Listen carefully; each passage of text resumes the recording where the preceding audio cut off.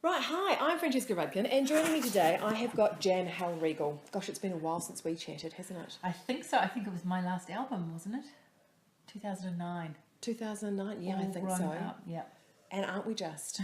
All growing up. Yeah, even more. So, Jan Hellriegel is coming back to present a series of documentaries called Moments in Music. It's an eclectic collection of music documentaries which will be screening every Wednesday night at 8:30 p.m. on Rialto Channel. Before we launch into having a bit of a chat about the documentaries, what are you doing now? I know that you are still writing a little bit of music. Oh no, I'm still heavily involved in music. I'm releasing another album this year. Fantastic. Hopefully. So hopefully we'll talk again about that. But I'm also a music publisher now, and I represent a lot of New Zealand musicians and writers, about 200 I think, and that's through my business Songbroker. And I also have a music supervision and licensing and project management company called Aeroplane Music Services, and we do a whole lot of stuff there as well. So yeah, it's a pretty busy time right now. So part of that is providing music or providing music for TV commercials, Yes. TV shows, Yep. films. How does that work? Well, people always need music for projects and licenses, but you just can't whack a song onto your video. You can't even whack it onto your home video and put it on YouTube because it'll get taken down again. You actually need all the right permissions and licenses in place. So that's what we do. We help people license tracks and find tracks for them for their projects. Because, you know, being a lover of film, there are so many moments which are only heightened by that soundtrack or that song, Absolutely. that moment, isn't it? Yeah, It's really absolutely. important. Yeah, it's a really important part of the film, and you'll find that filmmakers they have a reasonable sized budget for music because it's super important. Super important. Now I should probably mention very quickly the documentaries that are screening. There is Breaking a Monster, which is a story about unlocking the truth, which is this teenage group of metalheads from New York. An extraordinary story. The Music of Strangers, which is Yo-Go Ma and how he pulled the Silk Road Ensemble together. It's So Easy and Other Lies, which is Duff McKagan from Guns N' Roses, the bassist, his story. We've also got Oasis Supernova. Don't really need to say much about that. That's the incredible story of sort of the first 3 years of Oasis's incredible rise to fame. And Janis, Little Girl Blue, which is a biography of Janis Joplin. Did you ever have a Janis Joplin moment? You're probably too young. It was a wee bit before my time. I do remember thinking because I liked the Doors and Bob Dylan and all those sorts of bands. They're a lot sort of far removed from me and Henderson, but I do remember really admiring Janis Joplin and that wonderful song she sings. Oh Lord, won't you buy me? Oh, Da-da-da-da. it's interesting because I think I was a bit too young, but I remember the songs, like Me and Bobby McGee. I can remember the songs, and I knew this imagery of her, but I remember being older and going, oh, does that voice come out of her? Is that her? Yeah. And connecting. Yeah, it's an extraordinary voice. But I do have to say this about rock, the whole rock persona.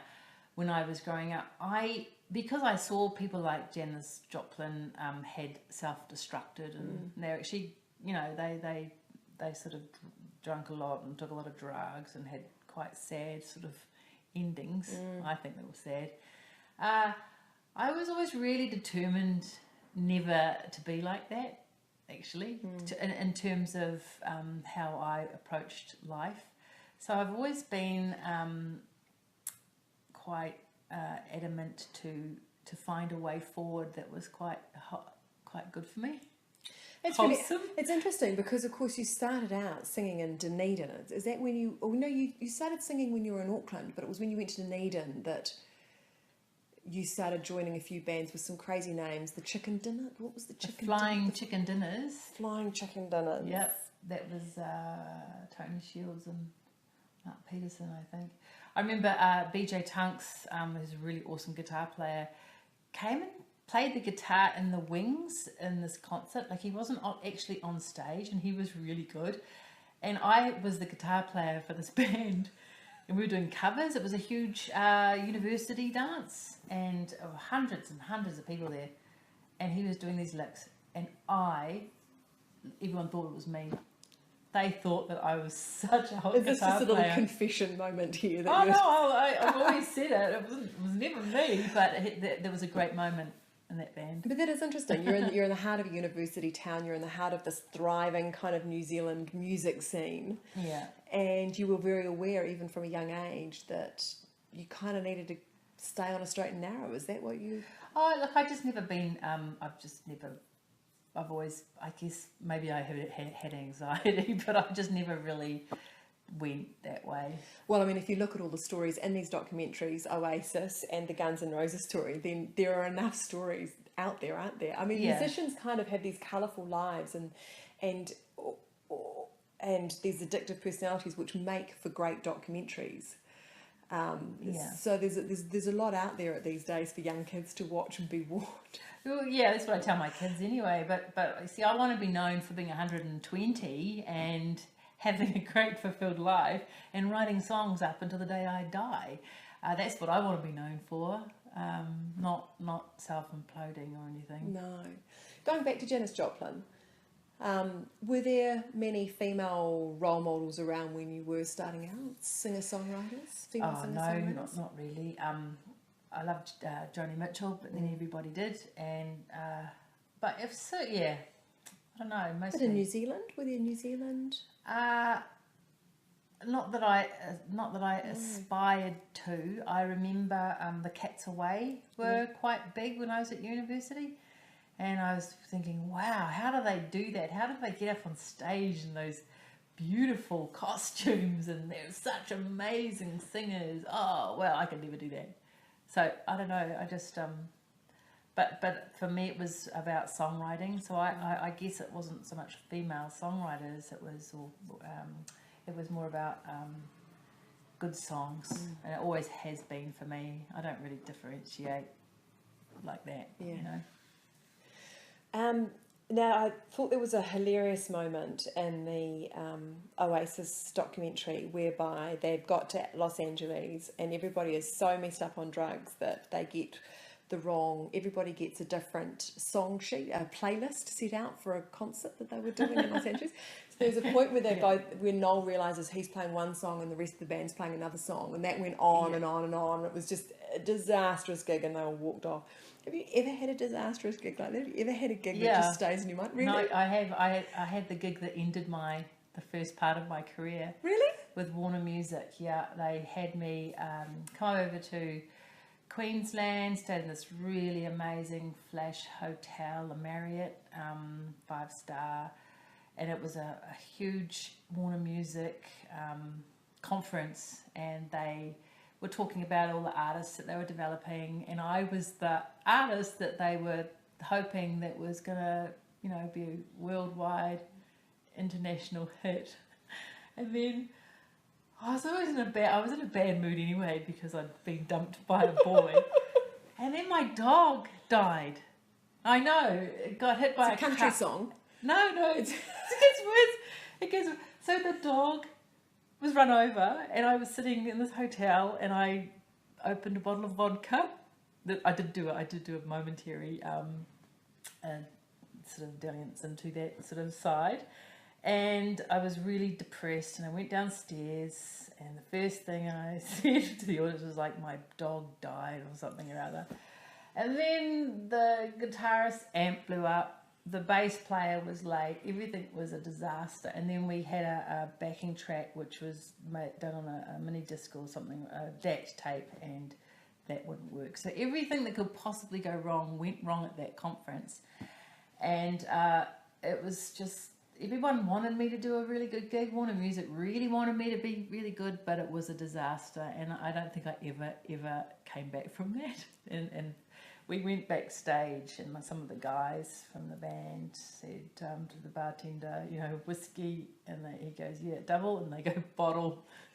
It was, and we went home, and I think that was pretty much it. I think that was it for me. So, yeah, I've had my moments. You've had your moments.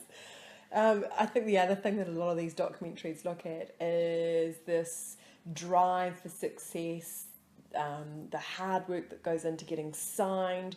They get signed by a record label, and then things just start to unravel. There's this rise, there's this, and it seems to be quite a common story. What was your experience like? Because you had that was quite a moment for you, because you were the first New Zealand singer-songwriter to be signed here in New Zealand and Australia, the first female one. Is that correct? Something like that. I think all I know is I had artistic freedom. Yes, well, it was a full development. I'm always so grateful to Warner's for giving me that, because as an artist, to let you go and make stuff, it's pretty cool. And I think, and it boils down to my theory that you actually have to have a lot of confidence to do something like that. You actually have to back yourself 100%. You have to back yourself so much that if you do have a collapsing gig like I did, that you get back up and you keep going. But see, I didn't keep going. I sort of went, oh well, I should have kept going. I should have said, no, I can do this. I've got these great songs, but I didn't. And I think, looking back, that's probably the only reason why I didn't go further than I did, is because I just didn't have that 100% belief and faith in my ability, which ironically I have now. Do you find yourself with your clients that you have, with this business that you're running now, do you find yourself kind of having these kind of conversations with artists? Do you find yourself sharing your experiences and things with them? Oh yeah, all the time. I'm constantly amazed at how often I hear people talking as I would have talked, especially like, I don't want to sell out, or I don't care about the money. I just want to make music and blah blah blah. And I'm like, yeah, that's exactly what I said too, and that's absolutely fine, and it's just where you are right now. Yeah. But I just say to everybody, keep going. It's just a really bit of a difficult road. Well, the whole creativity and commerce relationship has always been rocky, hasn't it? And you've just got to get the right relationships with the right people in place to make it work, I think. Yeah, and I think you actually have to learn it too. I think because it's our trade. I look at it like, as a musician, that's your trade. So plumbers know their trade, and people just know what their business is. And I think that you need to actually understand all of that so that you can resource your career. If you don't understand that side of the business, then you can be taken advantage of, and you can also maybe not get to where you want to go because you have to give up because you can't keep going. So I think it's really important that side of things. The Duff McKagan documentary, who takes us through his life and times with Guns N' Roses, being a girl from Henderson, or am I being I'm really cliche, I'm really generalising now, being a girl from Henderson, did you ever have a Guns N' Roses moment? Well, no, I've never, well, I thought Axl was quite something, He was in those days. He is quite something. But I have a very interesting Guns N' Roses story, a real one. Yeah. Because I went to their concert when they played in Auckland, not the last time, but the time before, and I went to the after party. But I don't know. I mean, how much of the story can you tell? It's really funny. Slash asked me up to his room, and I said, excuse me, I'm a musician, and blah, blah, blah, blah, blah, and I'm not interested in you, blah, blah, blah, blah, rave. Probably, he probably thought I was complete and utter lunatic, but it was really funny because I had that a lot. I was always indignant in a social situation where a guy thought that I was into him because he was a rocker, because I just found that really annoying. Yeah. Because I thought, no, I'm just as good as you. I write too, blah blah. Anyway, that's my little story. Oh, that's hilarious. The Music of Strangers, the documentary that looks where Yo-Yo Ma pulls together all these musicians from around the world and takes their craft and their knowledge of their own music Yeah. and instruments and things, and pulls together something just sort of creative and new.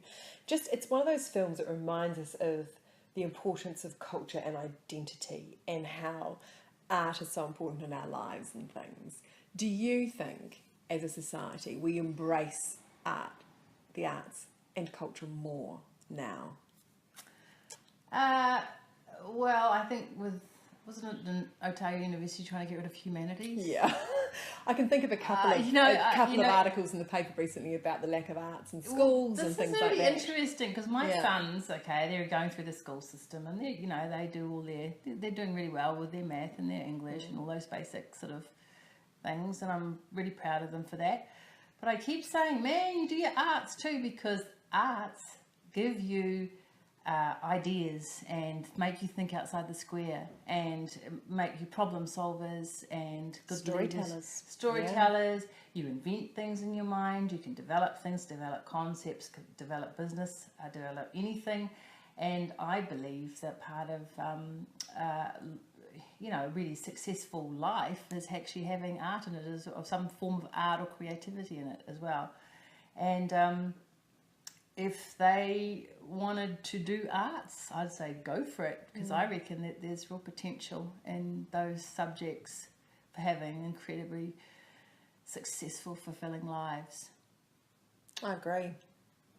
Bring on the arts. Bring on an album then, why don't you? Hey, put out another album. If I ever have any time. No, that's the plan anyway. Well, look, have fun on your Rialto Presenters series. We look forward to your thoughts on these documentaries, and you can catch those every Wednesday night at 8:30 p.m.